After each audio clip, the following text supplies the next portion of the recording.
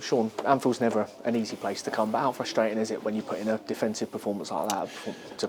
Very frustrating. The biggest frustration is quite obvious. Firstly, I don't really want to be talking about official. I've got no choice today. I thought a lot of the decisions were very hard to take, but the main one being the fact that centre half is impossibly doesn't get booked for a second time, and then it's 10v10. I think that's very frustrating over all the other decisions, but that's the most frustrating when I'm surprised if anyone disagrees with me today. I mean, will you be asking the referee why? Because it seemed kind of like almost like a copy. He said he felt the ball had got away from him, therefore it wasn't a foul. It wasn't a yellow card, which I had no clue. Yeah, I mean, we spoke to Jordan and he said you see the Rugby World Cup at the minute and the communication and officiating and so on. Do you think that's something that kind of football needs? Well, I don't. I think that's really easy to. I don't even think that's a big decision, to be honest. I think everyone in the stadium. Why do you think their manager took him off within as quick as he possibly could? Because he realised he thought, right, I had to get him off. Yeah. So, look, I don't want to blame the whole outcome on that. Not at all. But I thought first half we kept it to minimal from them. Hadn't done enough ourselves, but we kept it to minimal from them. The shape was good, and we were going to affect it at half time. And then 10, and it's difficult. Sending off, first one's touch and go for the yellow card. The second one's a yellow. So that's the way it goes. Going to the second half, we designed the team differently to take the sting out of the game, the energy out of the game, and actually quell it, which worked really well. And then handball, these are the rules now, so it's not about my opinion of the rules. I just liked it before when it had to be a deliberate handball. It's not a deliberate handball, but that said, we all know that if that happens, it's going to be a penalty.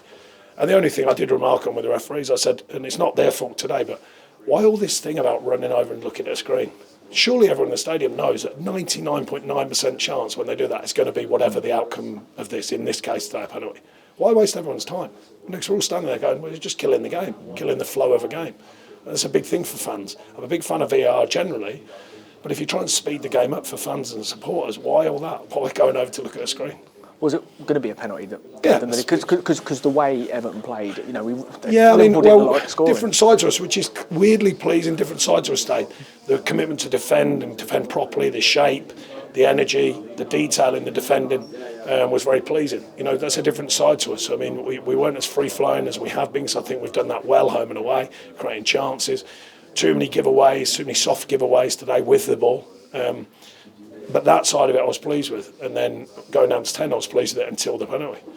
At the end, I mean, we're chasing, we're throwing everything forwards.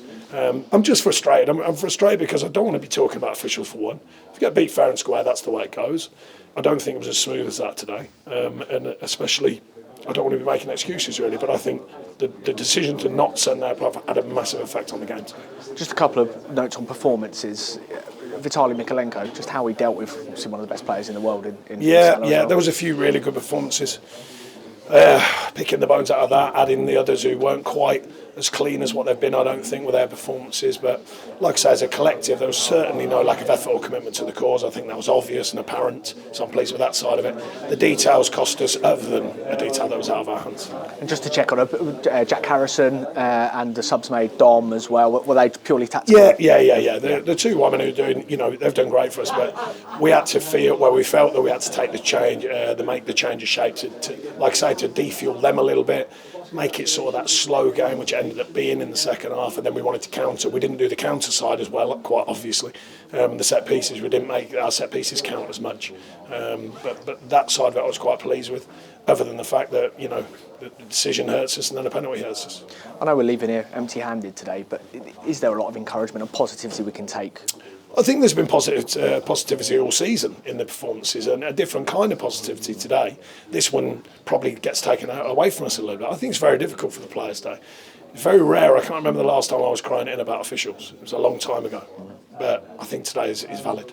But do you see when the Evertonians' reaction as ever, that kind of... Yeah, absolutely. They thought... No, I think they saw their team giving everything, but they've seen it go away from them as well, and I'm sure they're frustrated. Thanks, Sean.